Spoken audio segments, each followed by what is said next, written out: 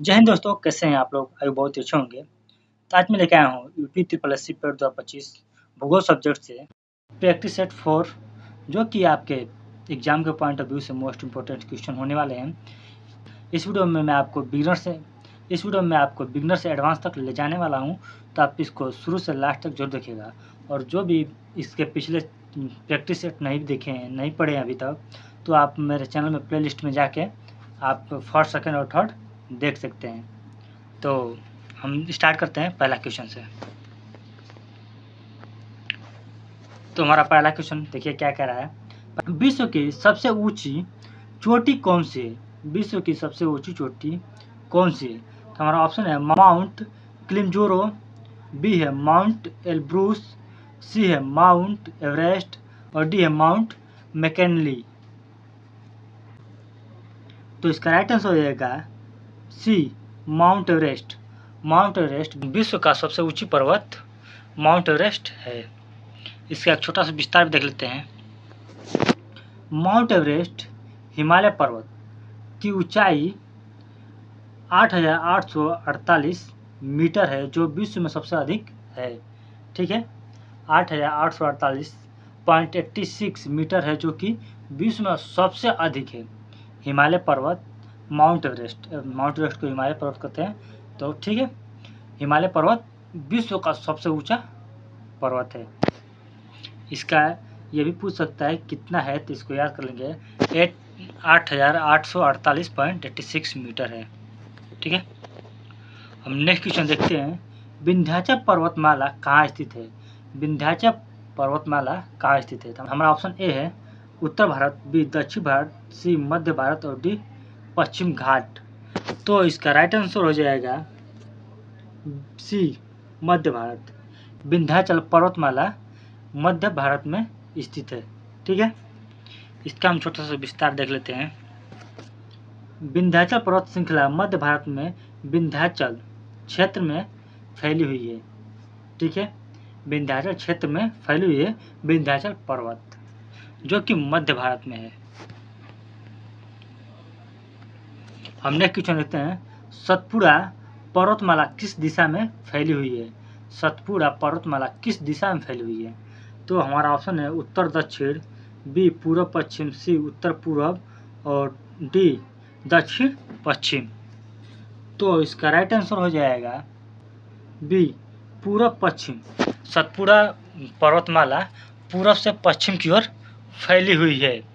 इसका एक छोटा सा विस्तार भी देख लेते हैं।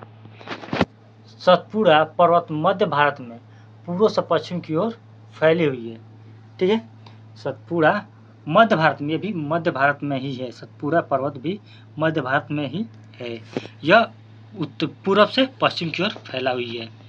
हम नेक्स्ट क्वेश्चन देखते हैं। हिमालय पर्वत किस प्रकार का पर्वत है? हिमालय पर्वत किस प्रकार का पर्वत है?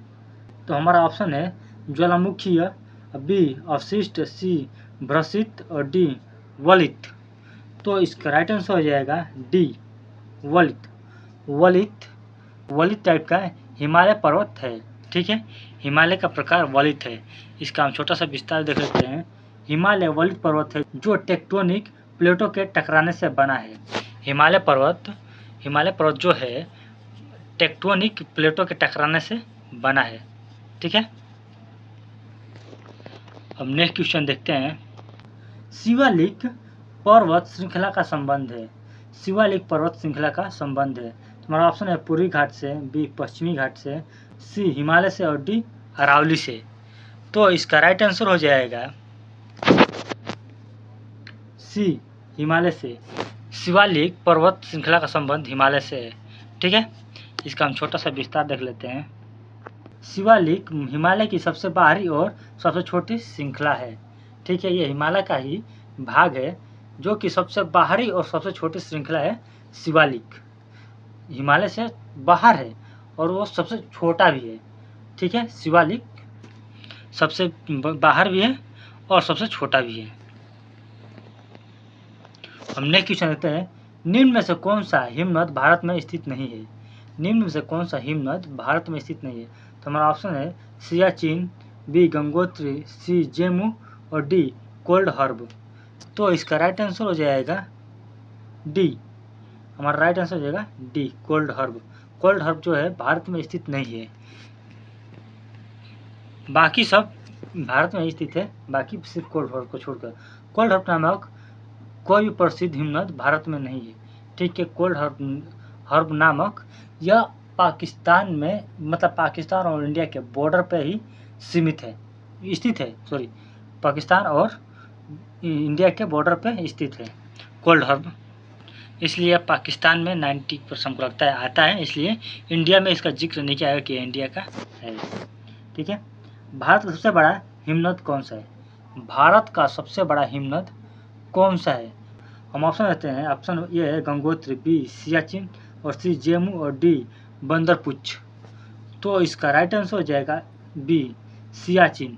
सियाचिन भारत का सबसे बड़ा हिमनद है, ठीक है। सियाचिन भारत का सबसे बड़ा हिमनद है। इसका छोटा सा हम विस्तार देख लेते हैं। इसमें सियाचिन हिमनद लगभग 76 किलोमीटर लंबा है, जो भारत का सबसे बड़ा हिमनद है। 76 किलोमीटर आप देख सकते हैं कि सियाचिन हिमनद जो कि 76 किलोमीटर लंबा है, बहुत, मतलब 76 किलोमीटर लंबा बहुत लंबा होता है, मतलब ये अंदाज़ा लगा सकते हैं कितना दूर हो सकता है, 76 किलोमीटर दूर, जो कि भारत का सबसे बड़ा हिमनद है, ठीक है। हम नेक्स्ट क्वेश्चन देखते हैं। अरावली पर्वत की प्रमुख विशेषता क्या है? अरावली पर्वत की प्रमुख विशेषता क्या है? तो हमारा ऑप्शन है ज्वालामुखीय उद्गम, बी सबसे नई पर्वतमाला, और सी सबसे पुरानी पर्वतमाला, और डी आच्छादित शिखर। तो इसका राइट आंसर हो जाएगा सी, इसका राइट आंसर होगा सबसे पुरानी पर्वतमाला, ठीक है। अरावली पर्वत की मुख्य विशेषता है, अरावली पर्वत सबसे पुरानी पर्वतमाला है, ठीक है, सबसे पुरानी पर्वतमाला है, इसलिए इसका ये भी विशेषता ही एक है कि सबसे पुरानी पर्वतमाला है। इसका छोटा सा व्याख्या दे देते हैं। अरावली विश्व की सबसे प्राचीन पर्वतमाला में से एक है, ठीक है। अरावली विश्व में की सबसे प्राचीन पर्वतमालाओं में से एक है। हमने क्वेश्चन लेते हैं, पूर्वी घाट और पश्चिमी घाट कहाँ मिलते हैं? पूर्वी घाट और पश्चिमी घाट कहाँ मिलते हैं? तो हमारा ऑप्शन है नीलगिरी पहाड़ियों में, बी है आड़ामलाई में, और सी है सतपुड़ा में, और डी है अरावली में। तो इसका राइट आंसर हो जाएगा ऑप्शन ए, इसका सही जगह नीलगिरी पहाड़ियों में, ठीक है। नीलगिरी पहाड़ियों में पूर्वी घाट एवं पश्चिमी घाट मिलते हैं, ठीक है। हम नेक्स्ट क्वेश्चन देखते हैं, सॉरी, इसका छोटा सा विस्तार भी देख लेते हैं। नीलगिरी पहाड़ियाँ तमिलनाडु में स्थित है, जहाँ पूर्वी और पश्चिमी घाट मिलते हैं। नीलगिरी पहाड़ी तमिलनाडु में स्थित है, ठीक है। ये भी ध्यान रखेंगे कि नीलगिरी पूछ सकता है नीलगिरी पहाड़ी कहाँ स्थित है, तो यह तमिलनाडु में स्थित है, ठीक है। हम नेक्स्ट क्वेश्चन देखते हैं। गंगोत्री हिमनद किस नदी का उद्गम है? गंगोत्री हिमनद किस नदी का उद्गम है? किस नदी का उद्गम है? तो इस ऑप्शन है गंगा, बी यमुना, सी सरस्वती, और डी अलकनंदा। तो इसका राइट आंसर होगा ए गंगा। गंगोत्री हिमनद का उद्गम स्थान गंगा है, ठीक है। इसका हम छोटा सा विस्तार भी देख सकते हैं यहाँ पे। गंगोत्री हिमनद में भागीरथी नदी निकलती है, जो आगे चलकर गंगा कहलाती है, ठीक है।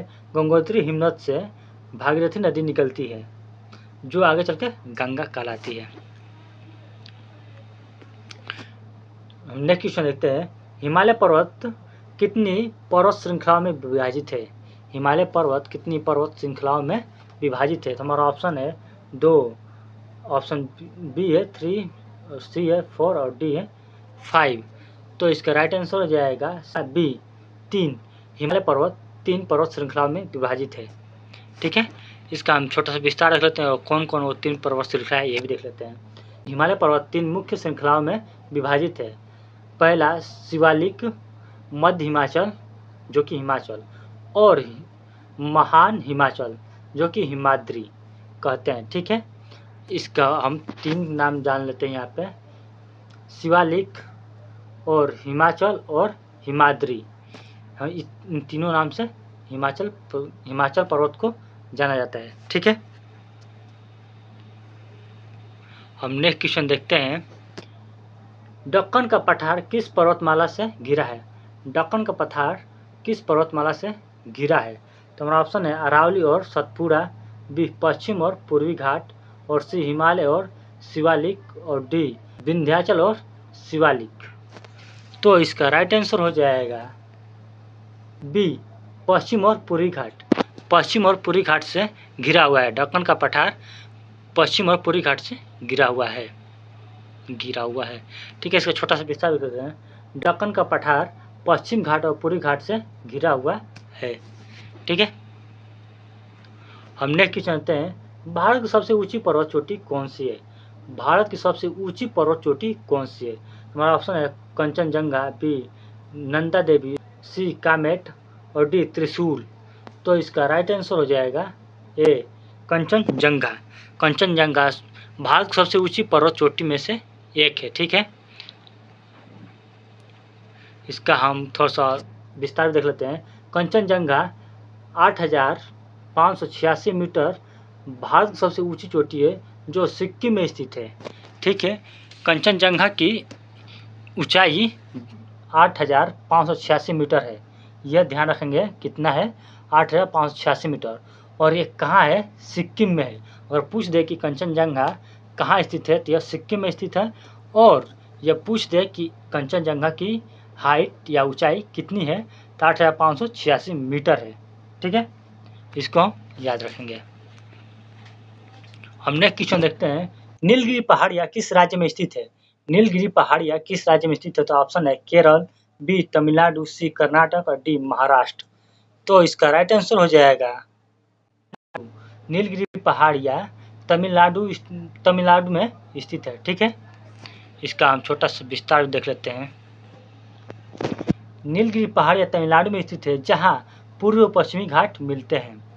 अभी आपको ऊपर बताया गया कि पूर्वी और पश्चिमी घाट कहाँ मिलते हैं, जो कि नीलगिरी में मिलते हैं। और नीलगिरी कहाँ स्थित है? तमिलनाडु में स्थित है। ठीक है,